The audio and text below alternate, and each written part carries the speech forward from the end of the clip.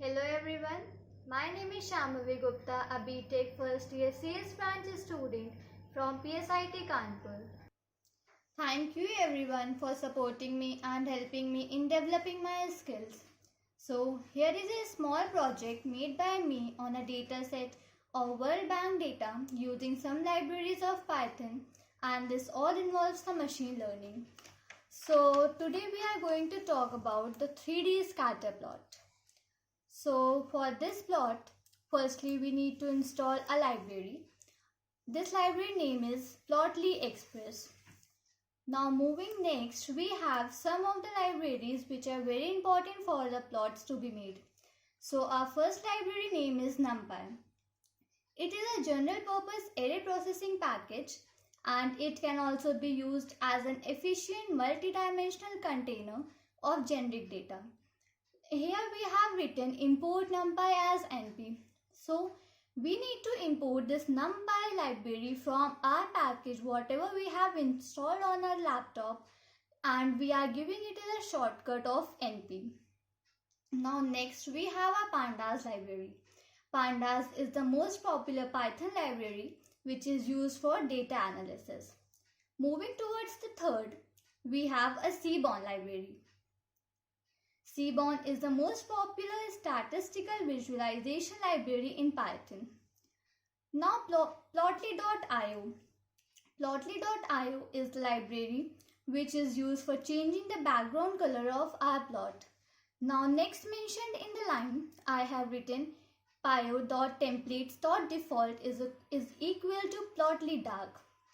In this plot, whatever you are seeing, that whatever the background black is given, it is given with the help of this library. Now we have our last library, Plotly Express. Plotly Express is a high-level API for rapid data exploration and figure. Now this is all about all the libraries which need to be installed in our laptop or whatever notebook we are working on. Now next comes that how we should read this data and to make these plots. So here we are using df. You can use whatever you wish. Now df is equal to pd.read csv. So now the question comes, what is a csv? A csv is a comma separated values file which allows data to be saved in a tabular format. So here we are reading a csv file, World Bank Data of India. Now next comes fig is equal to px.scatter3d. Now let me tell you what is a scatter plot. A simple scatter plot is a diagram where each value in the data set is represented by a dot. But now the question arises that why in this plot we have different types of shapes? So the answer of this is that because we have a three-dimensional scatter plot. Now let's have a look what is a three-dimensional scatter plot. A 3D scatter plot is a mathematical diagram.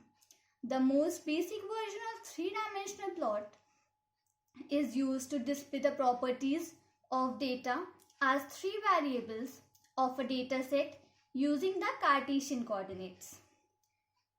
So for plotting a 3D plot, we have a 3D function px.scatter3d which involves the individual data in these three-dimensional spaces. Now we need to give all the three dimensions that what are the values we want to plot. So here I have given x is equal to pop014. This pop014 means that the population of the people from age 0 to 14. Now in y, pop 15 to 64 means population of people from age 15 to 64, and as similar in the z-axis, population of people above the age of 65. Now here we can see different types of colors. So these colors are given, I have given these colors the name of years, that in what different year what is the population, so the color is changing in this. Size is also equal to years and symbol is equal to years. Symbol means the yellow line, again I mean the different colors of line which are seeing in the right side, it gives us the symbol. Now fig.update layout, what does this means? Fig.update layout is used to update the properties of the figures layout with a dictionary or with a keyword argument. So what is a dictionary? Dictionary is a small word like dict. We have used here dict. Dict is a keyword for dictionary, which is an unordered collection of data values used to store data values. So it can be created by using curly braces separated by commas, and so I did. I separated the length and breadth with a comma in curly braces and wrote it as the dict keyword. So after understanding the whole code and exploring all the things, we have a final 3D scatter plot. It can move in each and every of the directions wherever you want. It has 3 of the axes, and now whenever you put the mouse on any of the points, it gives you information of the in which particular year how much population of how much each people is present. So now moving towards our next plot, we have a bubble plot. It is just similar as the above plot. It also tells about the information that in what state how much urban population, gender ratio and population is present. Now our third plot is a rain slider plot. In this rain slider plot, whenever we move this rain slider in the forward direction, it tells us about what total number of cases which are confirmed of COVID-19 on a particular date. It gives us the close-up of all the values, and now you can move it in as well as it in the backward direction also. So here is the presentation completed. Thank you so much.